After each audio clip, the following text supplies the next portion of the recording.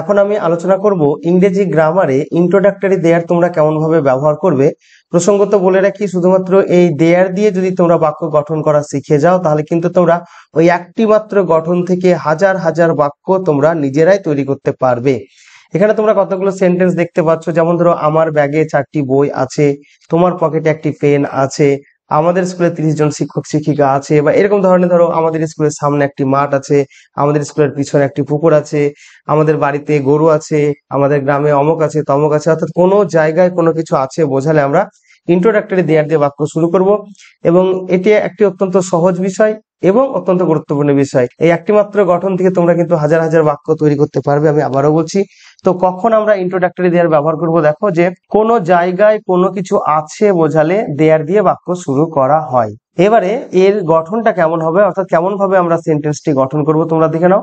তো প্রথমে আমাদের লিখতে হবে দেয়ার, দেয়ারের পরে লিখতে হবে ইজ অথবা আর, অর্থাৎ যদি একটি থাকে তাহলে ইজ, এবং যদি একের বেশি হয় তাহলে আর হবে। তারপরে লিখতে হবে যা আছে, তারপরে লিখতে হবে যেখানে আছে। নিচে আমি এবার 12টি উদাহরণ নিয়ে তোমাদের আলোচনা করব তোমাদের সামনে, তোমরা দেখে নাও পরপর। তো প্রথমে দেখো যে আমার ব্যাগে 4টি বই আছে। তো এই বাক্যটাকে আমরা ট্রান্সলেট করবো এরকম ভাবে। প্রথমে দেখো লিখেছি দেয়ার, দেয়ারের পরে এখানে আর হয়েছে কারণ 4টি বই আছে তাই, তাহলে দেয়ার তারপরে আর হলো, তারপরে কি আছে 4টি বই, 4 বুকস, কোথায় আছে আমার ব্যাগে, ইন মাই ব্যাগ। অ্যান্সারটা দেখো হয়ে গেল। দেখো একদম আমরা এই গঠনটাকে ফলো করেছি। প্রথমে আমরা ব্যবহার করেছি দেয়ার, প্রথমে দেয়ার লিখেছি, দেখো দেয়ারের পরে বি ভার্ব বসবে ইজ বা আর, এখানে আমরা আর ব্যবহার করেছি, তারপরে যা আছে, তারপরে লাস্টে লিখতে হবে যেখানে আছে।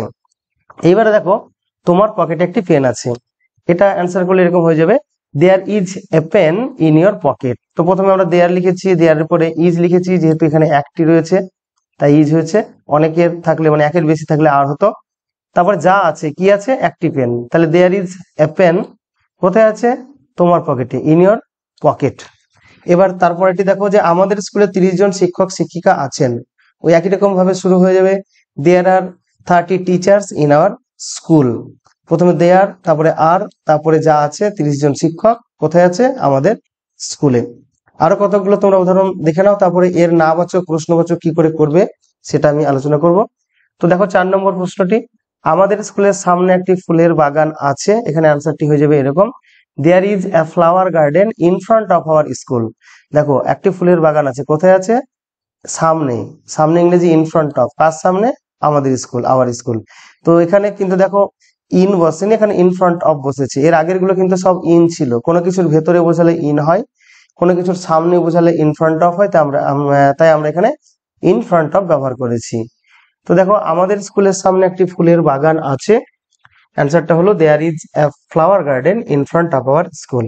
5 নম্বরটি দেখো আমাদের বাড়ির পিছনে একটি পুকুর আছে, একই রকম ভাবে শুরু হয়ে যাবে there is a pond behind our school. এখানে দেখো আমরা প্রিপোজিশনটা বিহাইন্ড ব্যবহার করেছি, গঠনটা কিন্তু সেই একই, প্রথমে দেয়ার লিখতে হবে, তারপরে ইজ বা আর লিখতে হবে, তারপরে যা আছে, কি আছে একটি পুকুর, কোথায় আছে আমাদের বাড়ির পিছনে, বিহাইন্ড আওয়ার হাউস, বিহাইন্ড মানে পিছনে।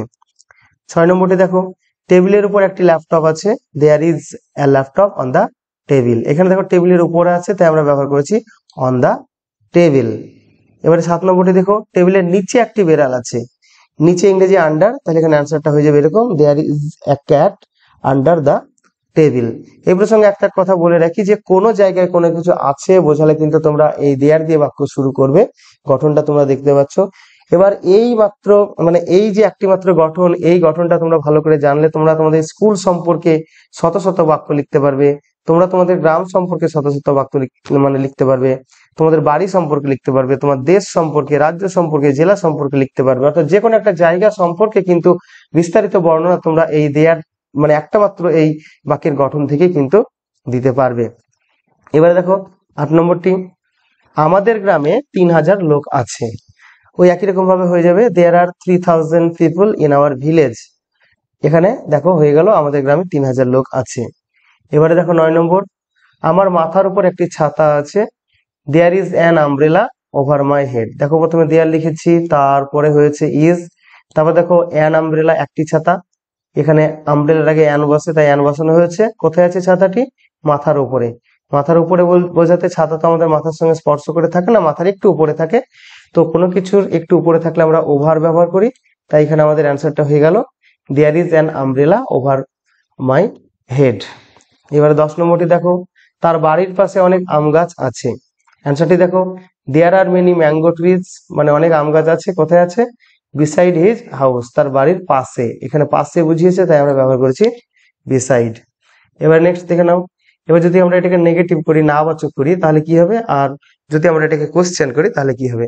তো যদি আমরা এই ধরনের সেন্টেন্স গুলোকে নেগেটিভ করি, নাবাচক করি, তাহলে যদি ধরি আমরা এটাকে বলতাম যে তার বাড়ির পাশে কোনো আম গাছ নেই, যদি নাবাচক হতো, তাহলে এই যে অ্যাম ইজ আর যেটা বসবে, অ্যাম তো এখানে বসে না, ইজ বা আর বসে, তো ওই ইজ বা আর অর্থাৎ বি ভার্ব যেটা থাকছে, সে বি ভার্বের পরে কিন্তু তোমাদের একটা নট বসাতে হবে, অর্থাৎ এই আর এর পরে একটা নট বসিয়ে দিলেই কিন্তু এখানে বাক্যটা নেগেটিভ হয়ে যাবে। এখানে যদি আমরা নট লিখে দিই তাহলে কিন্তু বাক্যটা হবে নাবাচক, অর্থাৎ নেগেটিভ হয়ে যাচ্ছে।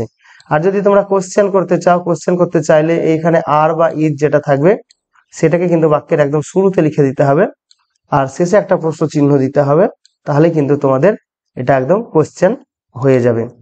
এবার যদি বলি, আমি এতক্ষণ ধরে যে আলোচনাগুলো করলাম সবগুলো হলো আছে আছে আছে। এবার যদি বোঝায় ছিল ছিল ছিল অর্থাৎ পাস্ট টেন্স, তাহলে কি হবে? যদি ছিল বোঝায় তাহলে হবে কি, সেখানে হয়ে যাবে ওই যেখানে আমরা ইজ বা আর ব্যবহার করছি তার পরিবর্তে ওয়াজ অথবা ওয়ার তোমাদের লিখতে হবে। যদি সাবজেক্ট সিঙ্গুলার হয় তাহলে ওয়াজ হয়, আর যদি সাবজেক্টটা প্লুরাল নাম্বার হয় সেক্ষেত্রে আমরা ওয়ার ব্যবহার করি। আর যদি ফিউচার টেন্সের ক্ষেত্রে ব্যবহার করা হয়, যদি ধরো হবে বা থাকবে, তো সেক্ষেত্রে আমরা ওই যে জায়গাটায় ইজ বা আর ব্যবহার করছি শুধু সেই জায়গাটা আমরা ব্যবহার করব শ্যাল বি অথবা উইল বি, বাদ বাকি গঠন কিন্তু একই। তাহলে এই যে গঠনটা তোমাদের দেখানো হলো ইন্ট্রোডাক্টরি দেয়ারের, এই গঠনটা যদি তোমরা ভালো করে বুঝে নাও তাহলে কিন্তু তোমরা অনেক বাক্য তোমরা নিজেরাই কিন্তু লিখতে পারবে। তুমি তোমার আশেপাশে যা কিছু আছে দেখো, দেখে নিজে নিজে সেই বাক্যগুলোকে ট্রান্সলেট করার চেষ্টা করো।